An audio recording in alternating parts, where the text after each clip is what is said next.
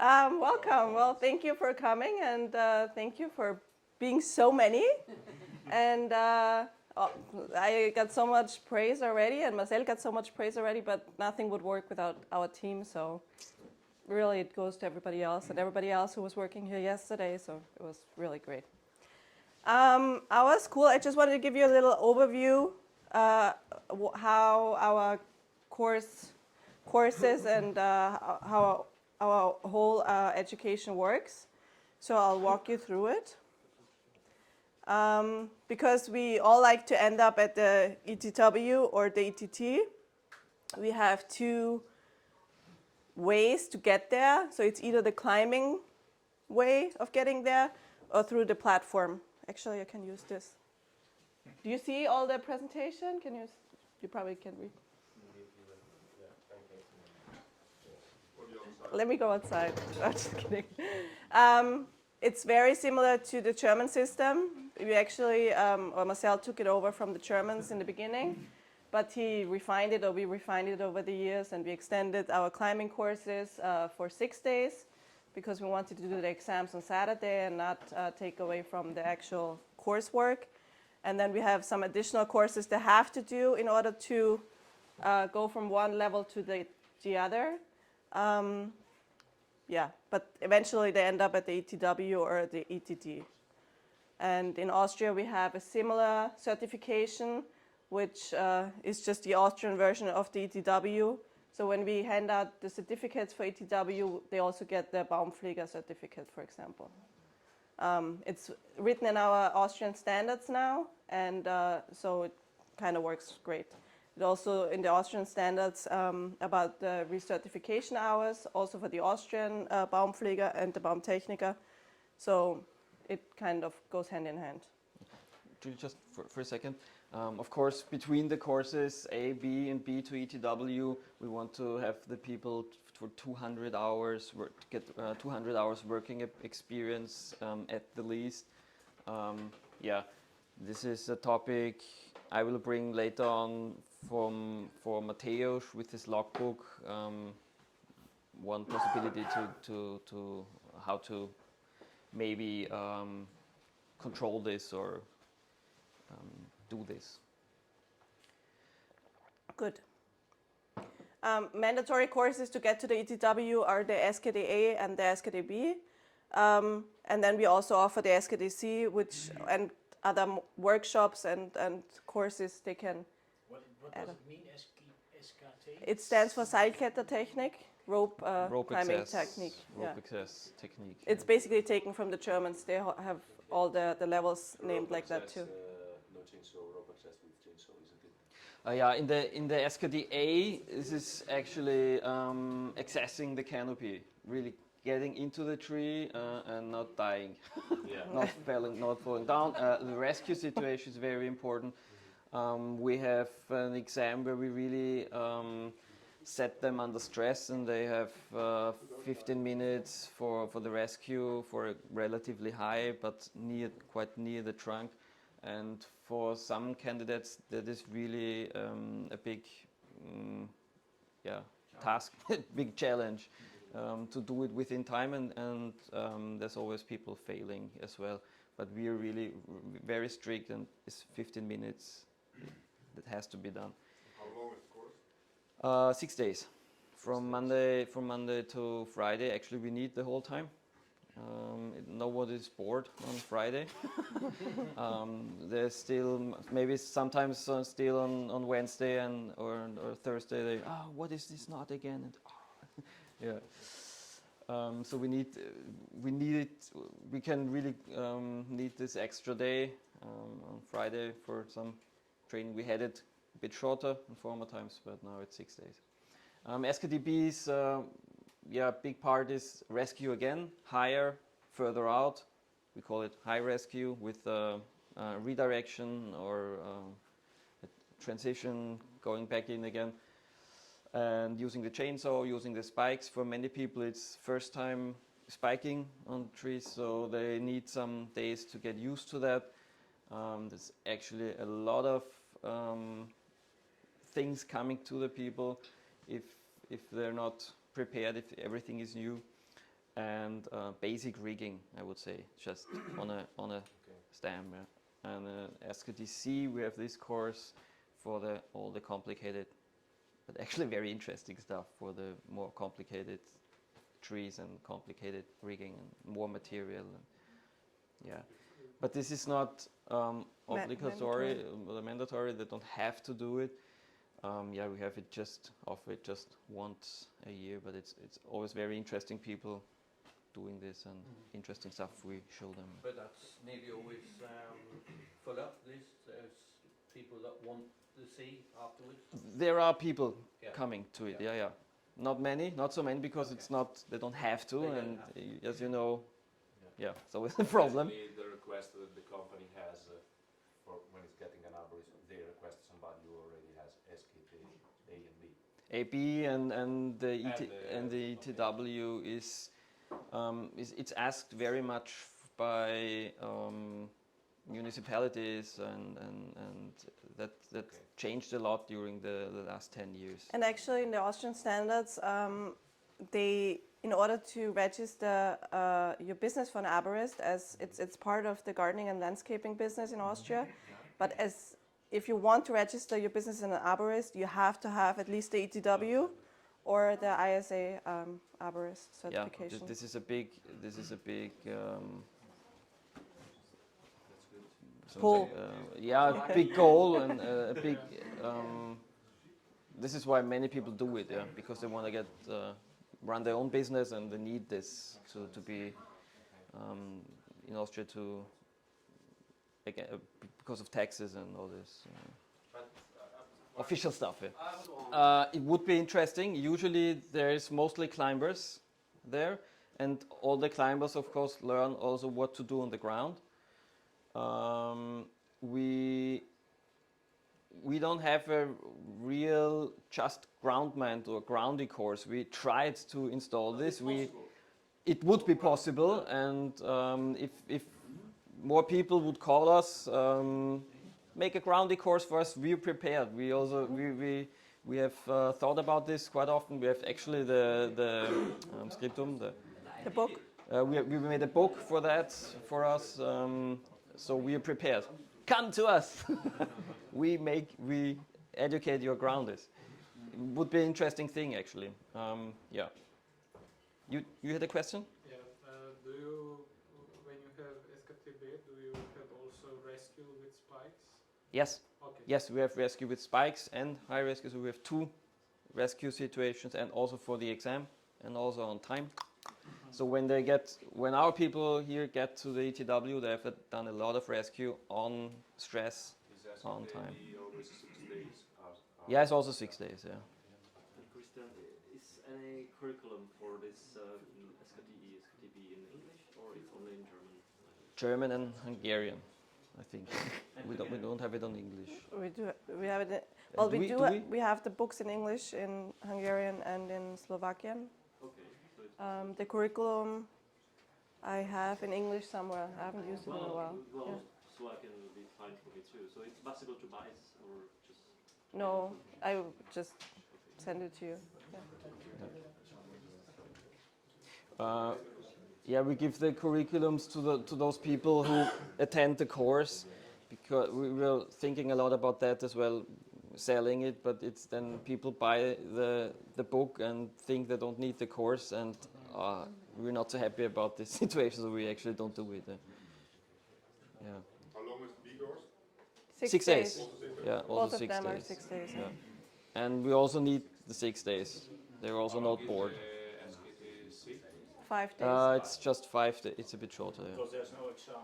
There is an There's- exam. Meanwhile, we do an exam there as well, and we do a bit rescue there as well. But it's more workshop based, because there's not so much stress. Maybe the people don't make themselves so much stress because it's obligatory. And with some of the side courses we offer, we try to cover the simulations or the fields of the simulations. Yeah, some just a little overview. I just took 2021 because it was such an important year for us under COVID, but also not stopping to work. And we said Oops, sorry. to keep the school open, and we tried every gray loophole we found, and we were able to keep open. And it was our year with the most candidates, our students at all. So we had close to 650 attendees last year. Usually, and that has established over the last couple of years, we have 10 SKDA courses per year. We have about half. We have about 5 to 6 B courses per year, and 2 platform courses. And then we always have 1 or 2 prep courses for the ETW, and we go to the exam in March. We have usually 1 ETD prep course for the whole year. This year we don't have a booking at all for the ETT course, but I think that's partly to blame on the new certification issue, because especially in the last couple of years we saw that people try to get very quickly from ETW to ETD just to get rid of the recertification. And now everybody wants to do the ETW to get their own business going, but nobody wants to go further, although the ETD would be so important for them to have all the calculation, bookkeeping, and all these laws and regulations and the background knowledge they need.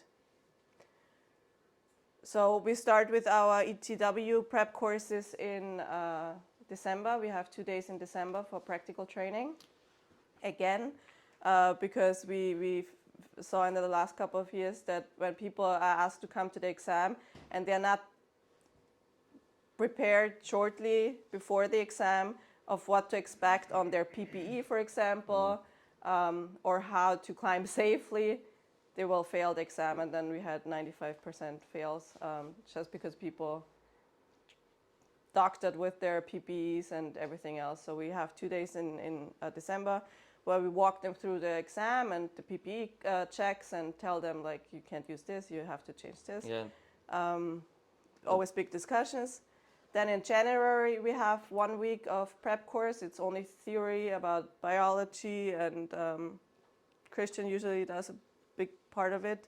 Plant and species protection laws and statutory regulations, work safety and leadership. And in March again, 7 days, where they also go on excursion for the tree ID. And we also usually have in this week a big symposium, which we've had now for the 4th time, where we invite other speakers from outside, and also not only the TWs, but everybody in the Arborist society to come and listen to the symposium. And also to gain the points. To get the points for the recertification. Yeah. And end of March, we go to the exam.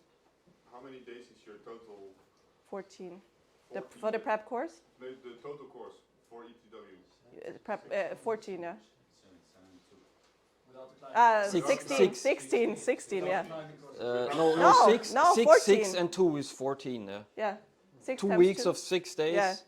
And then 2 climbing days in the beginning is 14 days. And you have of course climbing. A and a B. No, for 2 days climbing, and 2 times 7 days for the. Oh, actually, no. theory. Sorry, that was a mistake. It's supposed to be 6 days. Okay, sorry. How many? Because you 6 days, 2 days, 6 days, 14 days, then the exam. Right. And before they get here, they have already some chainsaw courses, or is it only the chainsaw course between A and B? This is the minimum. This is the minimum we require to be able to attend the SKDB. There is bigger courses in Austria. We do not offer them yet. Yeah. Forestry branch offers them. It's a lot about felling. It's not so interesting for us. ACC, I think. Sorry? They do ACC? Yeah, they also do. Yeah. This is the minimum they have to do for us, then it's enough. The minimum law requires is that you have to be explained by someone, introduced to how a chainsaw works and what is the danger. But actually it can be the boss of a company if he's signing it afterwards and in 5 minutes explaining to his employer how the chainsaw works. That's, for law, it's enough. And then there has to be some paperwork. Yeah, they have to write it down. It's sign it. we call it Unterweisung, that he has been told about the dangers and the protective gear and everything. Like with the wood chipper, for example. Yeah, with the chipper, with all the stuff. It's Good work. nothing. It's nothing more complicated with the chainsaw. Of course, we all know chainsaw is something different, and of course, it needs a lot of practice with it. And we give him 2 days, like especially for the climbing. For the climbing, yeah. We think about a 3rd day, but yeah, it's already far more than law requires. And people are willing to pay. And of course, every now and then we have people on the SKDB course. They're more schnitzen. Was heißt schnitzen? They're more carving, like cutting. Yeah, that's what I always call. Wow, and maybe it's safe and they know how to use the brake and everything, but they're not very experienced on this level. They need a lot of more hours of experience. Yeah. Yeah. In Austria, we don't really have the official certification for Baumpfleger yet. The Chamber of Commerce is trying to establish the Baumpfleger certification for the last, 20 years, I think. They also used to be ETW certification center. Then eventually they lost it because they did such a good job. And now they've been trying to reintroduce it, but it's more like an evening course, weekend course kind of thing over maybe half a year, or 3 months, something like that. And the quality has just been very poor, and the people don't really learn anything. And then they realize, and some of them Easier to come to us afterwards again. Yeah. This number, it's the ONR actually is very short and just regulates that there is 3 inspection, and above it there's 3 worker, and above it there's 3 technicians. That's actually just the thing in this paper. So the Baumpfleger is not a certification. Not they've been trying to establish it, but there's not that many Baumpflegers out there yet. So it's anyway, it's not mandatory for working. No. When you establish your company, it's obligatory. Yes, So it's obligatory. for the arborist. Yeah. Okay. The same is for platform and climbing? Actually, there's not much difference. Concerning what do you mean? Concerning law? SKT is for climbing on platform and SKT... No, If you that's wanna just make- climbing. If you want to make the platform, you go this way. So you have the basic course for tree care is for both. Chainsaw, you also need it in the platform. Then we have a platform course, and then they can do the complete. They're sitting the same people in the same course. Most of them are climbers, some are platform. It's the same 6 days, 2 days, 6 days. It is shorter. This way is shorter. Yeah. Because they don't have that many technical stuff Yeah. to learn. Yeah. I think it's 1 week platform course, and you don't make all these courses. Climbing is much more complicated. And so in this part is 28, and in this part is how long? It's 2, 5, 7, and 14. What about basic? 21. This is a two-day It's course. a 2-day course, which we require for everybody who doesn't have like a green pre-knowledge, like if they're not Yeah. gardeners or forestry students. 2, 2 and 5. If there are coming people that have knowledge, that are gardeners, that are forest people, that have certificates, that they know what trees are, they can start directly with the course. And if not, if they're electricians or whatever, they get this course first, because we want to tell them first that the tree is a living being before they destroy it. And yeah, and actually we asked all of them to get to this course, but there's always new stuff for them. Very many people coming from ecological or from the forest or from wherever have never heard of Coded or something. I think you know the problem as good as me. There's always new stuff. Platform course, you deliver it yourself, or is it Which course?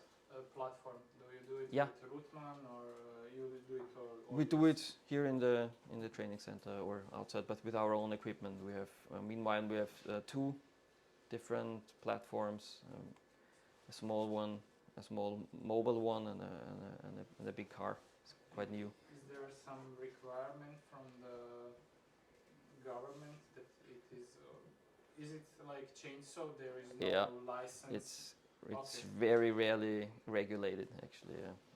Okay. You just have to be instructed Okay. actually. So we offer them a lot more, and we also want to show them a lot more than just knowing about how to. Yeah. It's maybe not that complicated than climbing, but it's also you have to be clever and you need a lot of routine to be good at. I often recognize that the training centers and the candidates are very aware of the safety of climbing.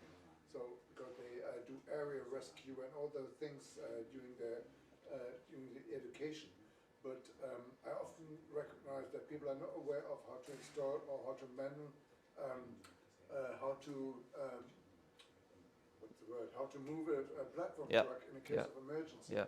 Because maybe it has something to do with the different systems, but This is you're absolutely right, and this is. The trucks have absolutely no idea how to behave. Yeah, that's absolutely true. And this is why we have this course. It's 5 days, and they really do a lot with the platform. And of course, the rescue thing is as big as in climbing. How to make these emergency situations, and how to get people down there, and what you can do. And I really recognize then a difference between those climbers and those platform operators in the results of the ETW exam, because sometimes I guess that climbers are more aware of the trees than the platform drivers are. I'm not sure if it is if there is a if it's only my impression or if it is real, but so sometimes I guess the platform drivers don't have this personal access to the trees. because they don't feel the tree, they're not on the tree. Yeah, but how can we change They're this? just at the tree. Is that a question of education or training? Maybe, yeah, maybe. We actually don't. I have to be honest. We don't have that many platform people. It's. Do you know how many to? Well, it's two courses usually per year, which come up to 10 people, so 20. Yeah, just the platform. But Yeah. the ETW is not so It many. depends, like sometimes 4 or 5. Some of them have, some climbers are also doing the platform at the same make time. both at the same time. And more and more municipals are coming and having because it's cheaper for them to have a platform and have everybody do the platform tree work than everybody climbing. But Linz, for example, which is a municipal in Upper Austria, they have all their guys do the climbing courses and the platform courses. In my experience, there is mostly in Germany maybe a new trend that a lot of people do only the platform, so that they don't have to climb. And then there are ETWs, because nobody cares about if you are No, ETW we've never had climber. that issue. It's more like an honorary thing to do the climbing part. Last year we only had one platform guy, and he did the climbing course years before, so he wasn't sure if he's going to be ready to do the climbing part. And he felt really bad, and everybody else was climbing, and they're the cool guys. And I want to be a climber. So we encouraged him to, hey, you just train a bit more. You should do it. You should be able to do it. When you take a candidate on the exam that's going to do both, is he paying extra for the lift as well? Yes. Yeah, he is. You have to. Yeah, the fee is higher for the course is the same, but the fee is Yeah. higher for Yeah. the exam. Okay, And so we're stuck. climber doesn't have to do rescue with the lift if he's. They have to know how to operate the lift in case of a rescue. So Okay. from the ground, of course, that is One more. big part of the course. Even if he's a climber. Yeah, Okay. of course. So for the ETW exam, we usually can manage up to 25 candidates per day. We usually have around 20, usually between 15 and 17 full candidates, and then also retakers from last year's exam or other exams last year. A few German candidates came down from Germany for the exams to retake parts of them. And a little timetable, because we do have the exam every March, approximately at the same time. So in January, I contact all the examiners. We have a pool of examiners for now, which is very vast, I would say. So I write an email like who is available and get back the answers of who is and who wants to. And then I'm announcing the date to the EAC.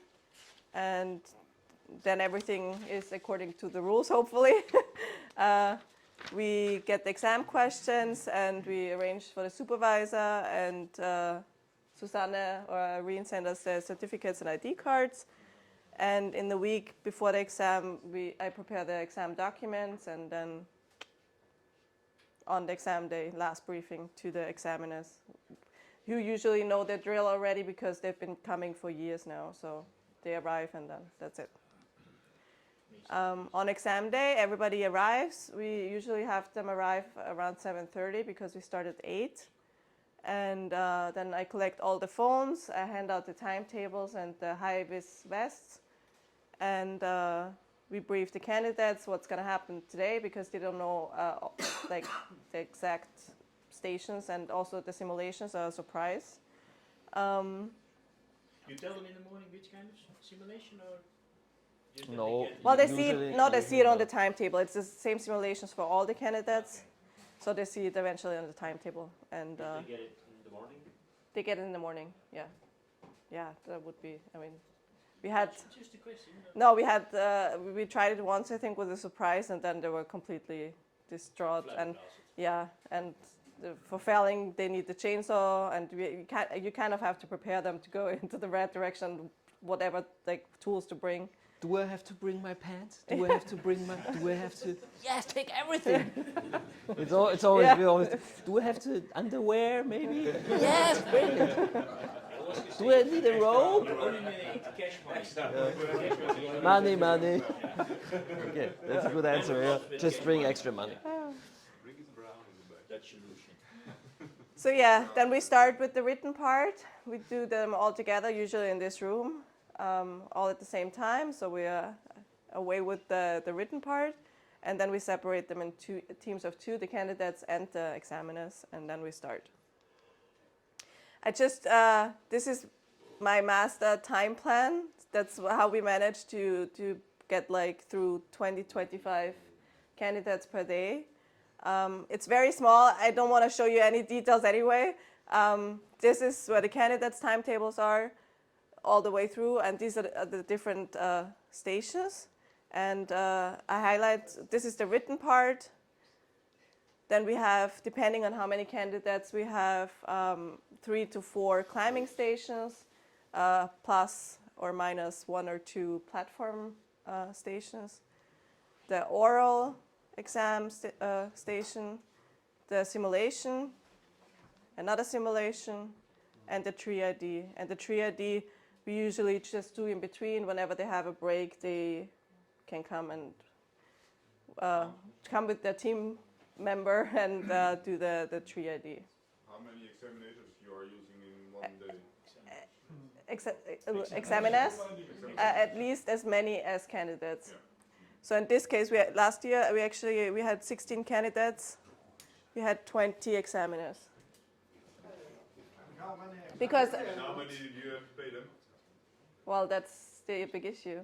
we pay them something. So on the exams we go into big red. Something that could be €2. Yeah, no, it's not as much as they were supposed to get for a working day, but we kind of meet in the middle, and we ask them nicely. They get lunch, and it's like an honorary thing too, and they like to do it. And it's also for them because they're people from the industry out there in the Austrian Arborist Society. It's also good for them to see what's coming next, and everybody has a say into. How many examiners for 25 candidates, for example? 25 to 30. So usually I add a few more examiners just in case somebody cancels. Usually we didn't have any cancellations up until last year, and last year was horrible. COVID took our supervisor, then Glenn came in like flying. I don't know who was supposed to come. I don't remember. Then you came, and it took out, I think, 3. He was out with COVID last year. Right. So he's the head yeah. examiner, so we had to find other examiners, and we had to last minute scramble. But we made it work. So yeah, last year was horrible. But I always add more examiners, and we also have a few, like Joanna, so she can jump in case we need. Yeah. Will you give us an indicator of how much you offer your examiners? I don't know. Do you want to guess? Enough. You never talk about salaries. Yes, 200. Yeah. Even in Dutch. We pay double. And so everybody, you want to talk to the examiners? Maybe they want to come.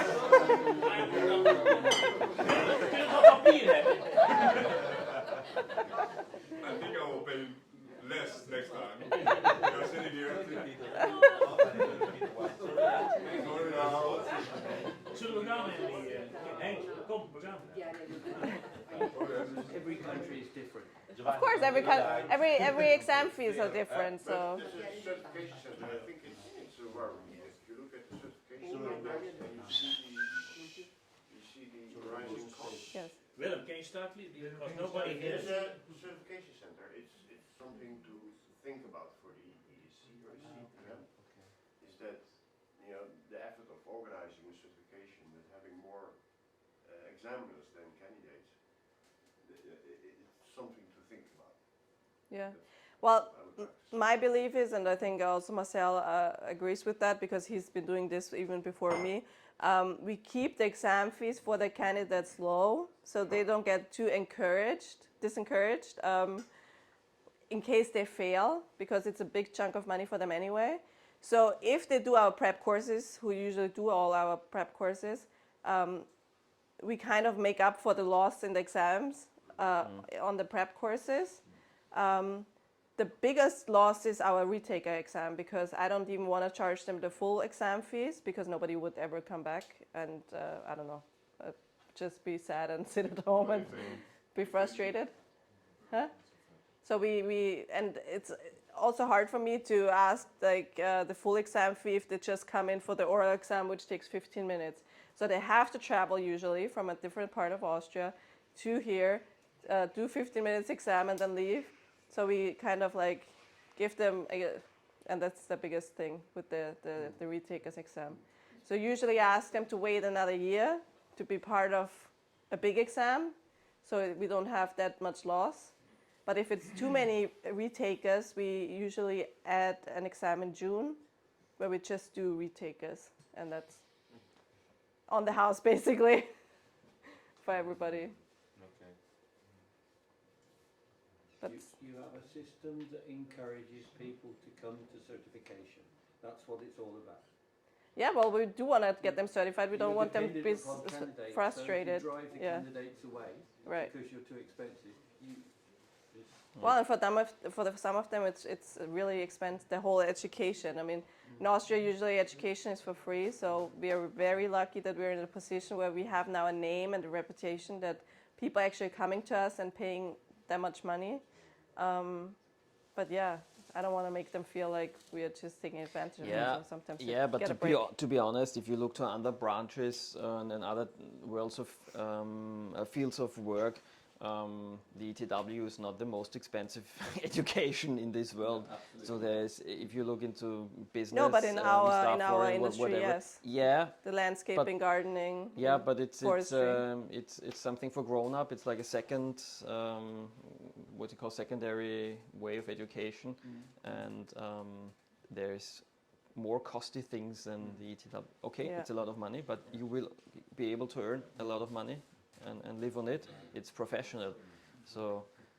Yeah, but in comparison, the forestry schools in Austria, they're all subsidized by the state. Yeah, so that's a what problem. we charge, they charge half of it, and otherwise we will lose everybody if we don't find a good way.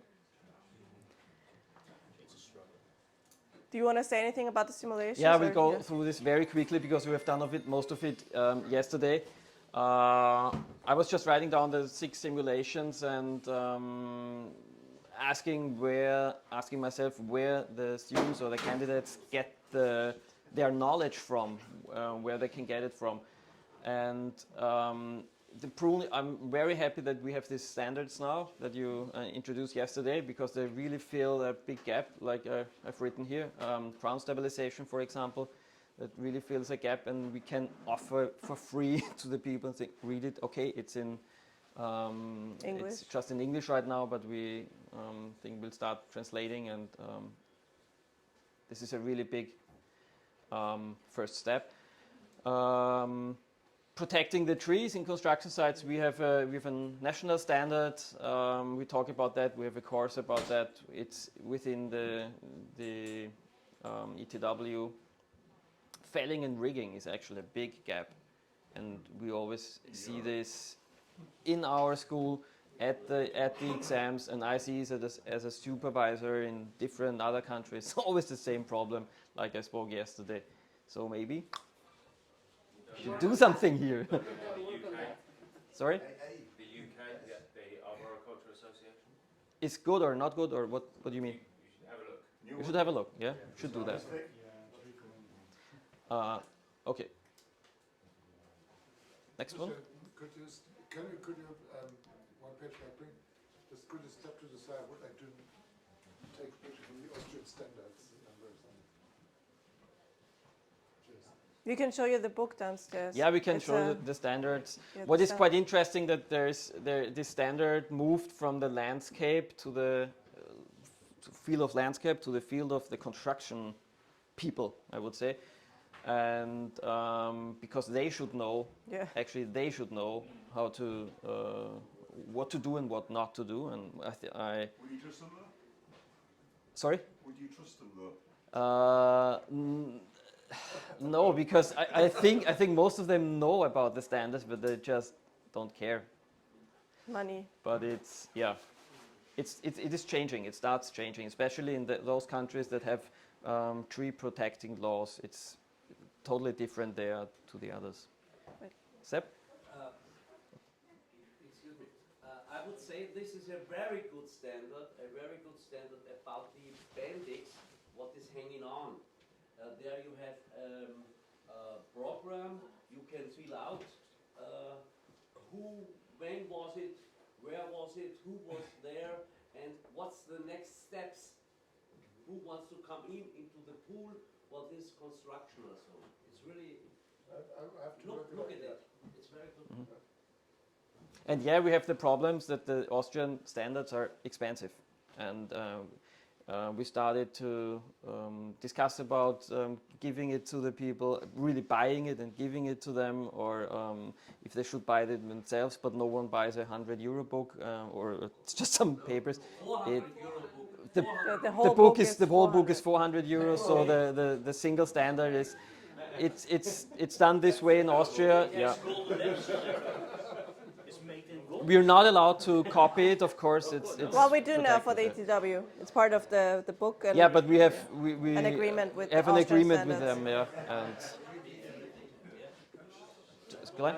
In Oslo, at least, the communers did a really excellent thing, and in 2007 they realised how many trees in cities were being damaged by construction, and they made a set of rules, especially for their own property for trees that they own, and that there is no one that digs anywhere within the tree crown area of a tree that's owned by the commune unless there is a certified arborist there looking after it.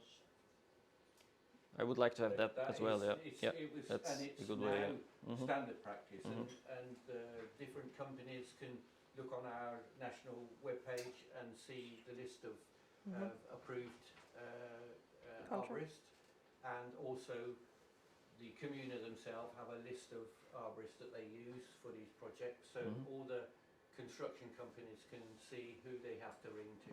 So it's a really good cooperation. Yeah, that's good. That sounds Michael? nice to me. Yeah, this Austrian national standard is actually a norm, and Yeah. we also have norm which we have to buy. We do the Czech system. We made our own standard, which is free for everybody.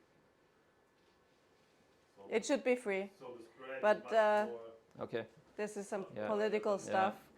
Because it's if you sell laws and regulations to people who don't have the money for it, how are you gonna ensure the people follow the laws and regulations? So it's senseless. But we found a way now with the Austrian standards premium that we are able to incorporate them into our ETW books, and yeah, that's it. Yeah. So at least our ETWs and ETDs, they're leaving here and then they have the standards printed Yeah, out. there's more and more standards coming up now, and that's good. I appreciate that, and it will be our or my work to involve them into our program and to get it into there. That's good. Okay, next. Stefania? Yeah, sorry. You were talking about the ETW books you are incorporating. Yeah. Yeah. So you have some training materials. Yes, We've read a all thick our binder. books. Yeah. Okay. What about the handbook? Do you know the handbook? Yeah, yeah. Yeah. Do you use it? No. No? Well, I tell those people they can buy it. We show it to them, but we wrote our own book. We have a literature list Yeah. that we give, and this is Yeah. part of it, of course. But it's not for us. It's not detailed enough. Yeah.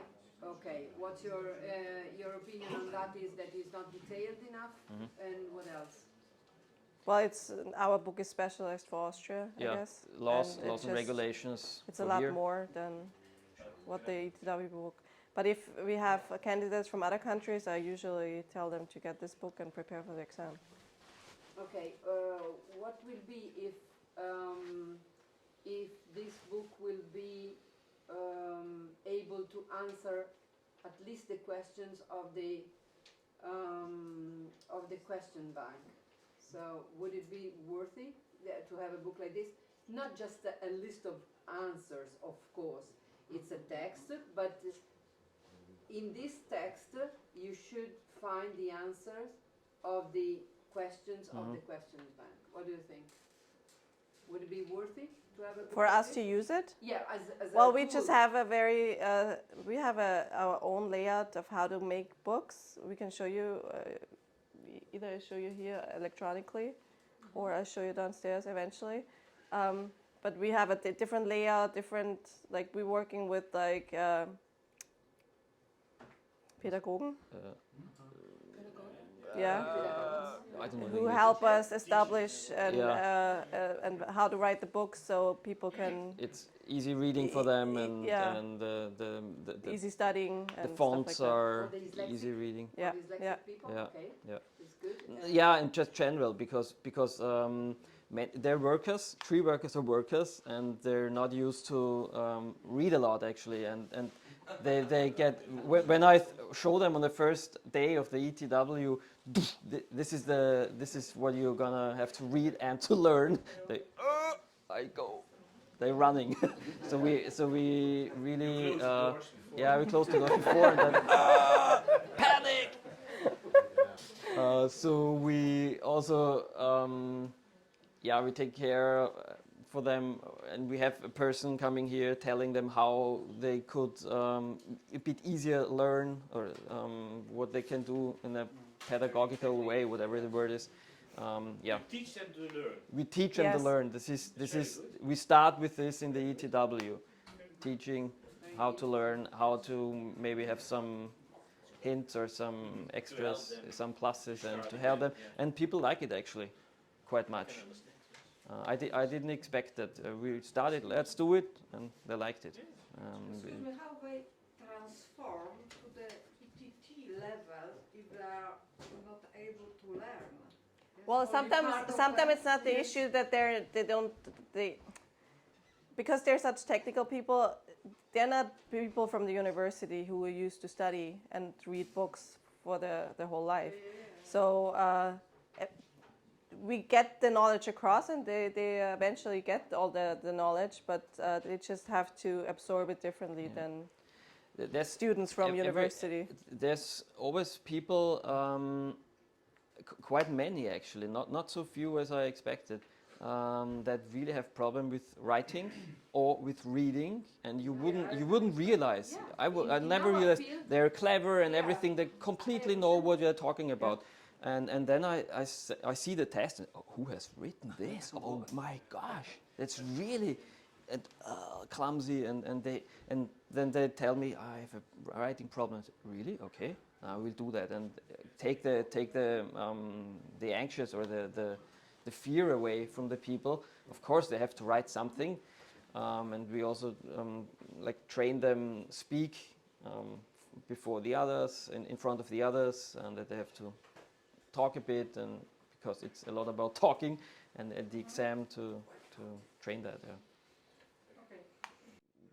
We tell all the people in the beginning that every one of us has a problem with something, and there's many of us. I had problems as well with writing in the beginning. I start like this, and if you have problems with reading, maybe do it like this, or if you cannot concentrate for such a long time for reading, maybe do this and that, and then they start. And I encourage them to speak together about this topic, and we have a professional there in the beginning for 1 hour or two speaking about this topic just to raise awareness, and it works pretty fine actually. Just a suggestion, because not everybody coming from the certification have been trained at your certification center.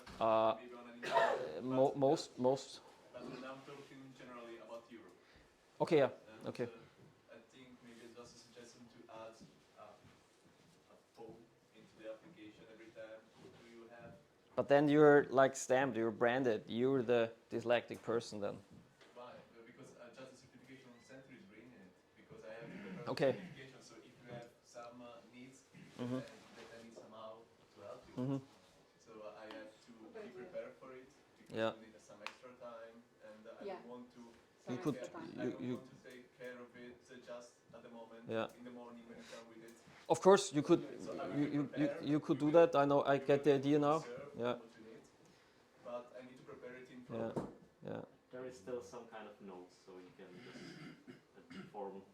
inform you that he has some problem. Of course, yes. And Well, when our you students are we know anyway. I mean, they start with us from their basic tree care knowledge through the SKD, so we have an idea how they work. I would And- agree not to edit some kind of.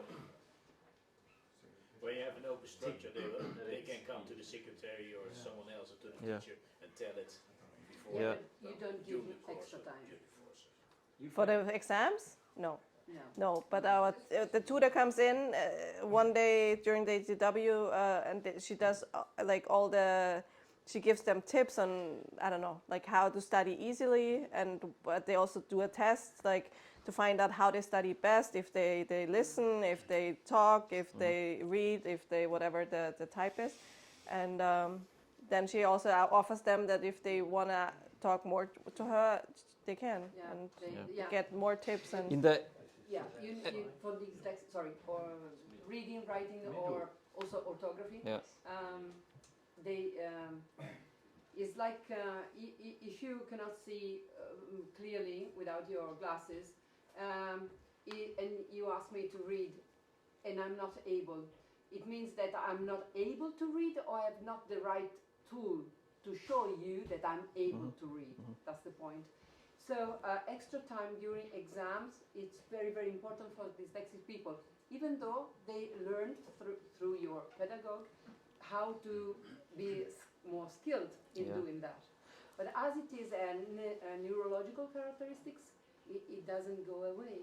So Well, we've never really had an issue with time on the ETW No, exam. the- It's the- more I know on this the topic very well, so that's on the why tree I'm pushing ID. back. In our field, the percentage of dyslexics is higher than Yeah, other of course, fields. they're creative people, and that's that. They don't deal with Do you other need extra humans. time? I do. Yeah. They don't. I see you say lost. You see, they need extra time because they're... Yeah, sorry. Yeah. Only on the tree ID we allow them that they can write the names of the trees. We don't correct the actual spelling because we agreed on this that if they're out there working and some people say, oh, we have to be a stickler about the correct way of spelling the tree name. If we can decipher what he's trying to tell us, it's fine with us. Because later in the workday, if he needs to put it into his office or whatever, he can Google it. He doesn't have to like. So on the write wrong name. ETW level, for me, it's fine if the orthography of tests is awful. When I know, as long as I know what they mean, it's okay. On the ETT level, I tell the people, you're going to write rewards and to officials, and this is another thing. Grammatical. And you get into the shit if you send something in with your name is spelled wrong. That's gonna be a big problem for you, not for me, for you. Be aware of that. That's a different. Yeah. There was a question. Also, if somebody collaborates with the question bank, it's something to have in mind that all of the questions we formulate are as direct as possible, and it's not too tricky questions, too much.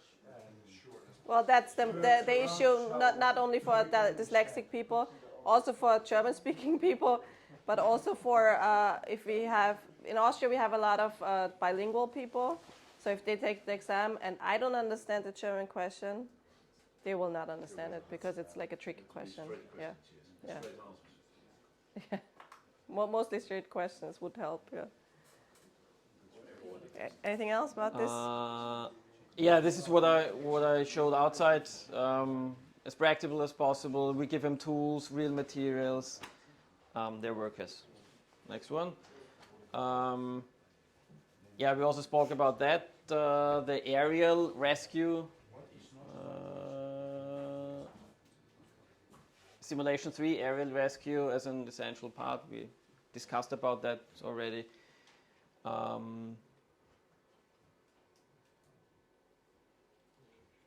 Yeah, we also spoke about that. Just 1 second. A lot of equipment. We spoke about that, and this will come from Mateusz in the last speak. We'll have some ideas about that. Rescue preparations. Okay. Yeah, the standards. We spoke about that.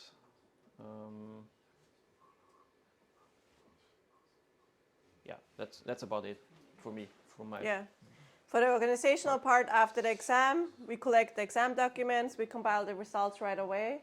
The examiners have the last debriefing, and then we announce to the candidates if they passed or failed. And that's it. For the passed, they get the certificates and ID cards right away. They failed, get the opportunity to talk to the examiners and ask them whatever went wrong. And then we have a little celebration. And on the next day, I send out emails. The passed get the logos and all the information about the recertification, and the failed get the info about the next retake exam. Just a quickly overview of the ETT exams. We also usually have them once a year. Next year we will have no ETT exam because we don't have any bookings. Usually we do them end of February. We have 1 to 2 prep courses up until 2022. The courses consist out of, the prep courses consist out of 15 days in this case.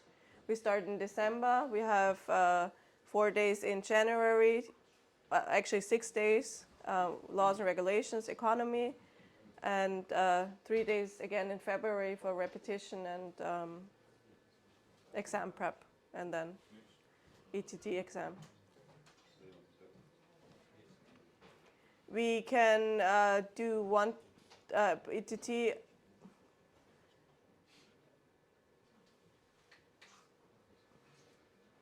five to six in one day and 15 up in 2 days. I usually try to, let me show you the timetable. This is for 2 days. So this is the first day and this is the second day. And I split them in 2 groups. We have the blue group and the yellow group, and the blue group is writing first, do the written part, and the yellow group is doing the management exercise. They start at the same time, and in the afternoon they switch.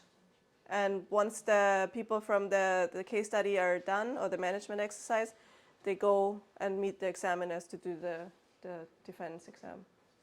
And then afternoon they switch, so they don't talk to each other. They get high-vis vests in blue and yellow, and we know which group. And on the second day we do the tree inspection and then close early. How you do the tree inspection? How many trees? It's a group, but they're only being asked depending on usually 2 to 3. 3 trees, and for one of them we go really into detail. The most interesting, we go into detail. That's what we did the last years actually. Yeah, same procedure as ETW. After the exam, collect everything, passed or failed, the announcement, the celebration, and next day, the Next info. day work. Next day work for me. And hopefully happy arborists. There is somebody who brings the food. Who Yeah. wants to know where to drop the food. Yeah, where's Marcel?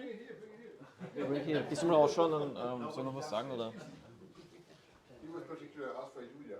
Yeah, but Marcel is downstairs. Yeah, she's downstairs. Thank you.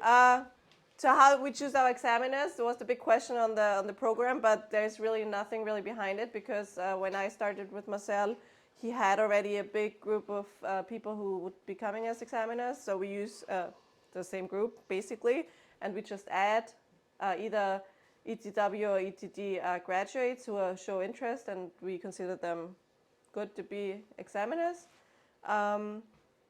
or it's from Marcel's group of people, the ISA arborists from his generation, or he also and also the trainers, our own trainers are examiners. Of course, yeah. And we try to mix the teams, or to arrange the teams that it's in a good way. That's maybe one of our trainers and someone from outside that's not so experienced, and that they don't have the feeling, But you have to switch, right? You can't have the trainers examining their own students. Right? No, they can. Why not? They can, and this is the reason why there's another person that is like from somewhere else and not related. But we know all our people. Yeah, we do it that way. And with new examiners, it's just almost like the supervisor procedure. They come as a co-examiner for 2-3 times, and then next time they can be main examiner. Yeah. There's also there's also quite a lot of Marcel's own people running through the program, and we're also examining them, and they also fail or not fail. There's quite often that they fail the A course and they come again, and it's not a big deal in the company. For Marcel, and said, okay, no problem, do it the next time, and it's just so it's quite normal. The fail rate is quite high, so I don't see a problem. I know that there's discussions, but For example, in the Czech Republic, there is the problem that everybody knows everybody. It's a small community.